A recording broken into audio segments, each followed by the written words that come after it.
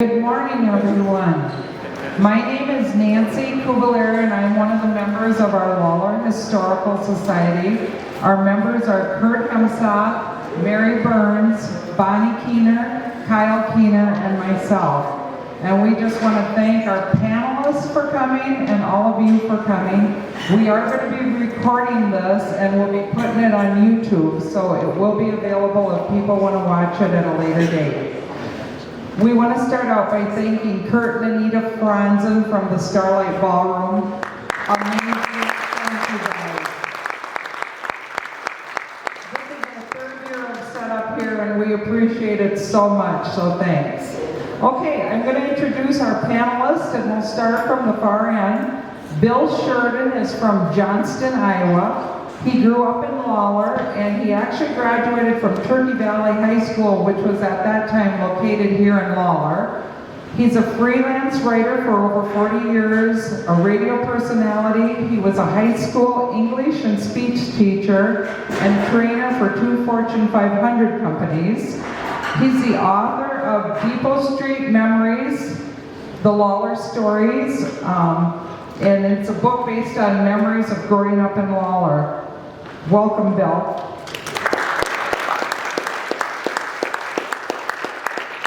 Next is Genevieve Cannon Costigan. She was the oldest of 9 daughters of Ed and Emma Cannon and was raised north of Lawler, out where Paul Cannon lives now. She graduated from Lawler High School in 1948 and then went to Mount Mercy for 2 years before entering the Sisters of the Presentation in Dubuque. She was a teacher there and was a sister for 19 years and then changed her vocation to become a wife and mother and help raise 14 little Costigan kids.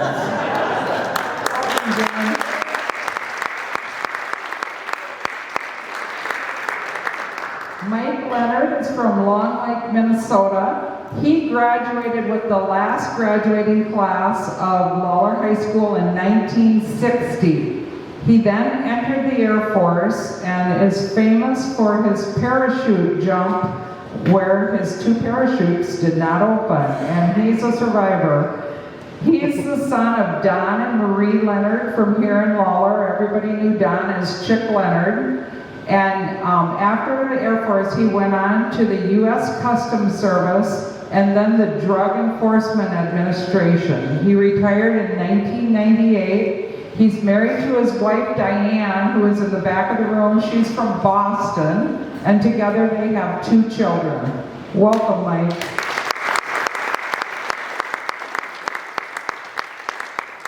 Next, we have Margaret Mary Blazik Kraft, and she goes by Maggie. She was born in 1942, and it's a classmate of Mike Leonard. So she also graduated from Lawler High School in 1960. Her parents were Jim and Margaret Blazik, and she was raised north of Lawler, out here where Donnie lives now. She is the youngest of the 3 Blazik children. Her brothers are Don Sr. and Jim. She is an RN and worked for many years. She married Gary Kraft, and she's the mother of 3.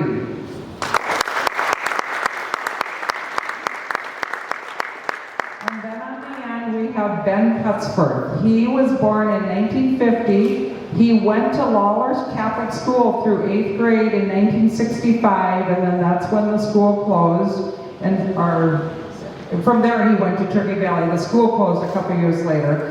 And then he graduated with the Turkey Valley graduating class of 1969. His parents were Merle and Bernice Cutsford. He's married to his wife Lori, and together they have 2 children. He now lives in New Hampton, but he was the owner and operator of Cutsford's Pizza Kitchen with his mom for 10 years here in Lawler, and we all remember Cutsford's Pizza Kitchen.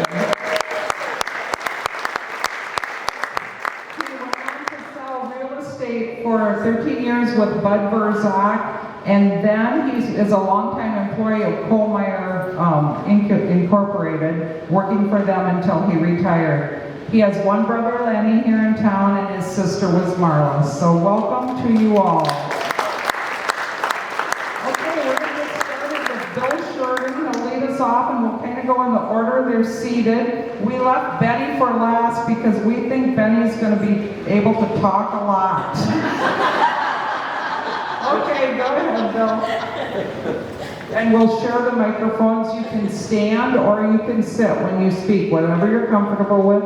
If you want to stay sitting, you can use this mic, and otherwise we have one on a stand.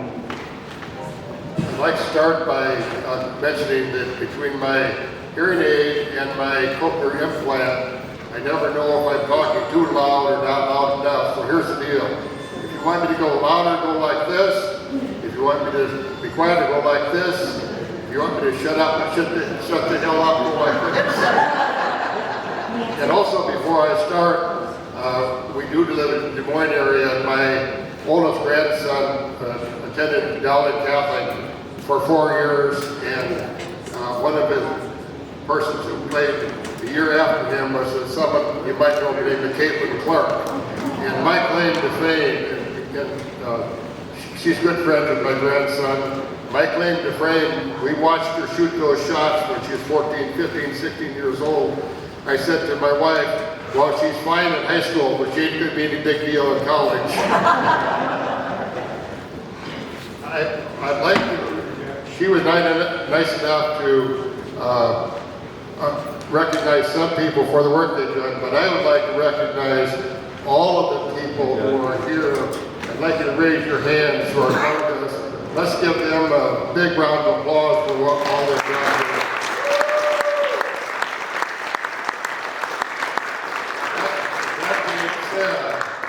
They're not very smart, and I have proof of that. This is the 10th year that they've had this event, and it's the 10th year they've asked me to show up and do something. So that tells me they're not too bright. One of the things I like to do before we start talking about Lawler past, and you're going to be hearing some true stories from everybody except from Mike Leonard. God knows what you're going to hear from him. But the rest of it is going to be true stories. And I like to, since I was 17, 18 years old, when I wrote many of the stories from my book, I like to remember the way I was then.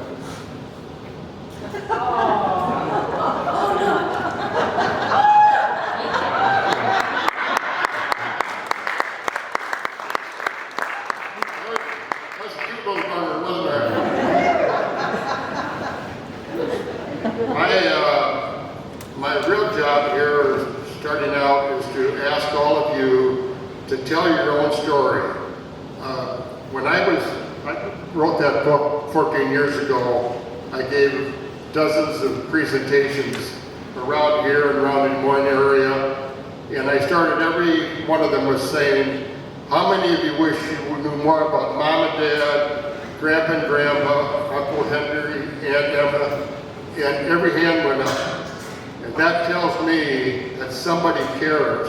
Someday we're all going to get old, we might have memory issues, might get dementia, and we're all going to die. When that happens, the stories are gone. So I can't tell you enough. You don't have to write a book, although I wish somebody around here would write another book about Lawler. And I think that could be Vernon Orvis, by the way she writes. I really recommend, even if you just do it a yellow pad. And I've had an experience this weekend spending time with Kara, Sheridan, Speltz, and there's my brother Patrick's and my sister-in-law Jan's kids. And we spent an awful lot of time talking about the past, stories that they didn't know about Patrick that I was able to share with them. Obviously I didn't know Jan's background, but I was able to share lots of stories. So my general thought is, I'm going to arbitrarily use age 50. If you are under 50, start asking questions from the people you want to know about. Your mom, your dad, your aunt, whoever it is. Don't pass up that opportunity because sometimes it's going to be too late. If you're over 50, tell your stories to your kids. I don't care what they are, but don't let those memories be gone. I was looking forward to seeing Arnie Busta this weekend. I was looking forward to seeing Donnie Benz. They're gone. I mean, next year, who knows, who's sitting in here is not going to be here. So tell your story. And the last thing I'm going to do is suggest is read a little, I've been freelance writing for 40 years, and this is one that I wrote 13 years ago. I was 67, and you get the point of it. It has to do with Lawler. I was living in Urbandale at the time. This is in several newspapers. You can take the boy out of Lawler, but even at age 67, you might not be able to take Lawler out of the boy. Growing up in the small northeast Iowa village in the late 40s and 1950s, I learned the art of waving and saying hello to everyone that I met. Today, on my daily walk to Meredith Park, I still continue, whether I know the folks or not, to learn about their name. I'm going to sit down there.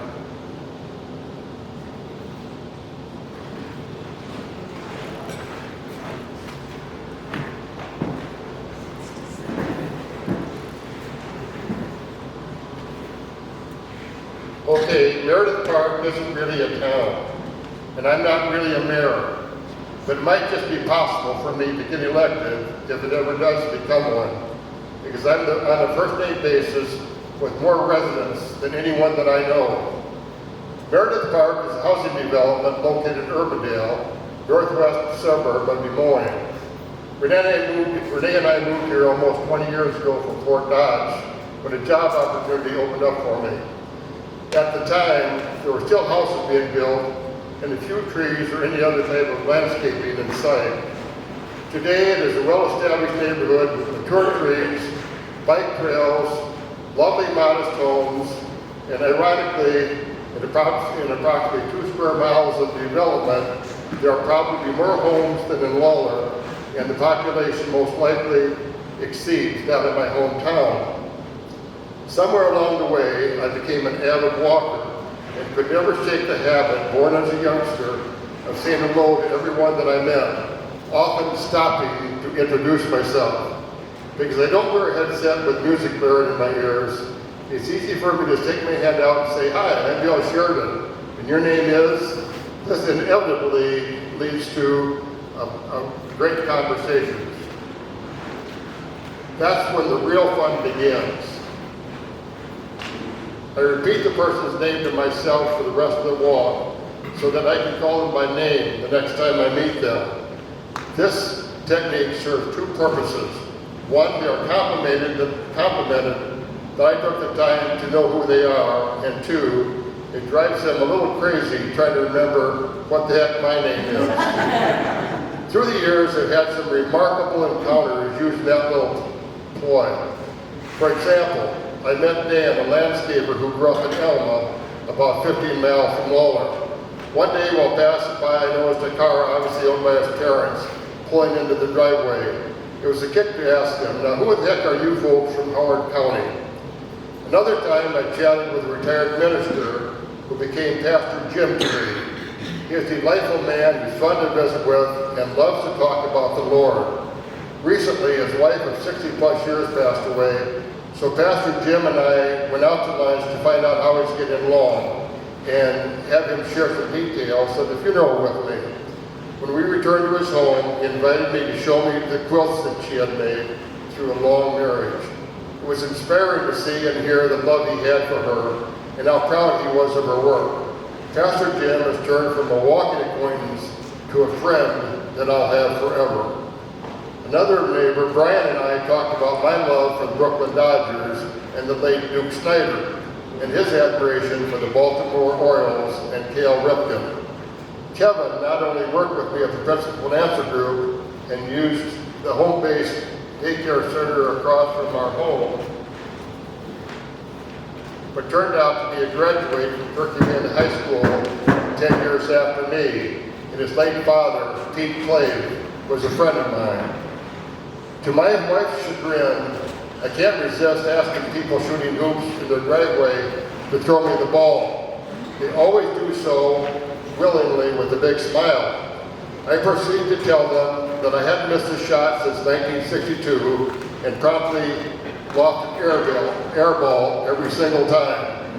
One day while buying coffee at Urbandale's Panera, this cute young high school girl asked, "Do you live in Brookview Drive?"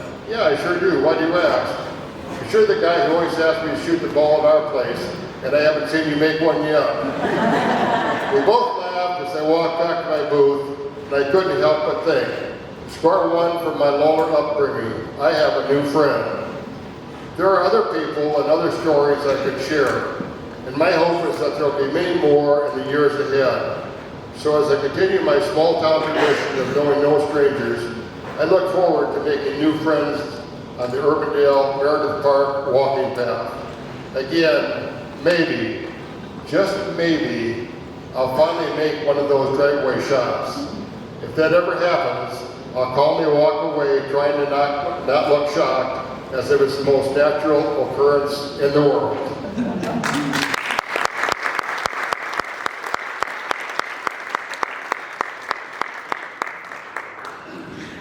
How do you follow that?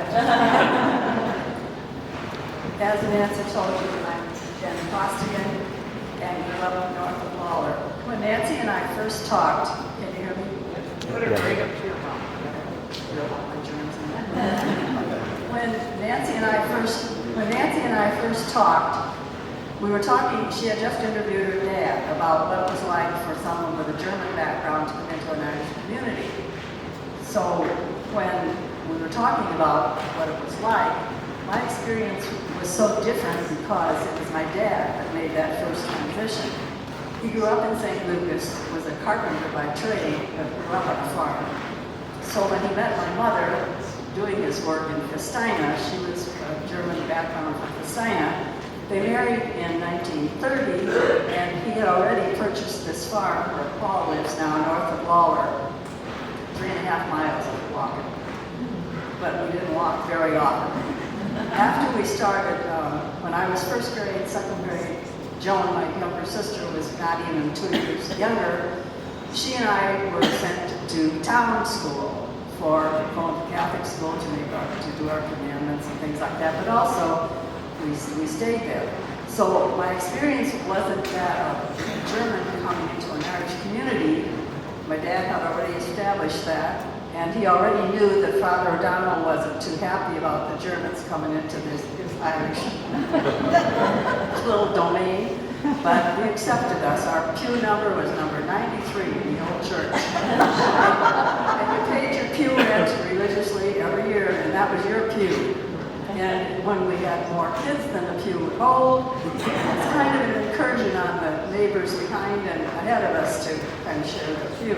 I'm getting off track here. But anyway, when my mom and dad married, they started living on the farm north of town in 1930.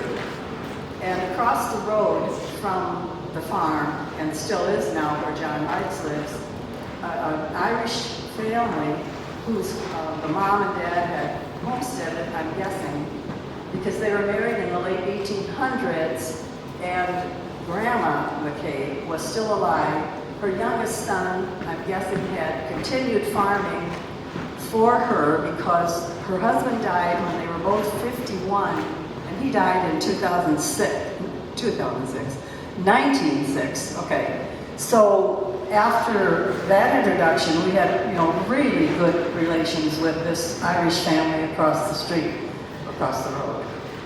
And when we went to school in town, their son Michael was old enough, as old as my brother John, and so we took turns taking kids to school in town. There was room enough for a can of cream plus the kids every morning, and so when it got to be too many Kennan kids, then each had to drive on their own, I guess, is how it worked, because I don't remember that part. But my point is that we had a really good, fun time with Irish neighbors. And I don't know that anybody ever talked much about they were Irish or that, we were German background. So the most difficult thing for me was you were this outside country kid coming to school in town. And the kids that were in town school, they knew each other and they had, fun times together. When you divide up for softball, fun games, country kids, town kids. So that was the competition. It wasn't so much German-Irish. The only time I felt I was kind of betraying my German heritage would be every year the music sisters would teach us the Irish songs to sing for Father O'Donnell for his birthday every year or for St. Patrick's Day. And then you kind of felt like, well, am I being a traitor by doing these Irish songs with my background? I didn't really belong there. But anyway, getting on to that, I don't know how much else there is to tell, but I know that the early farmers they were farmers that I knew, that had come from the St. Lucas or Costigan area, or areas that had German background. They were pretty much centered, our neighbors when I was growing up were Hubers and Bloms, and I knew they had some background from St. Lucas. And other than that, really didn't know. But then soon after that, Dad's brothers, one came to Lawler, south of town. Connie Kennan was Dad's younger brother. And then Leo Kennan settled in New Hampton. He was also one of Dad's younger brothers. Are there other things that you kind of wonder? But the thing I remember most is that there was never a time, as I remember growing up, coming into town or coming to school things, or even in high school, everybody seemed to get along. I mean, if they had differences, they must have worked them out somewhere, but not in our area where we would play or we would work or we would study.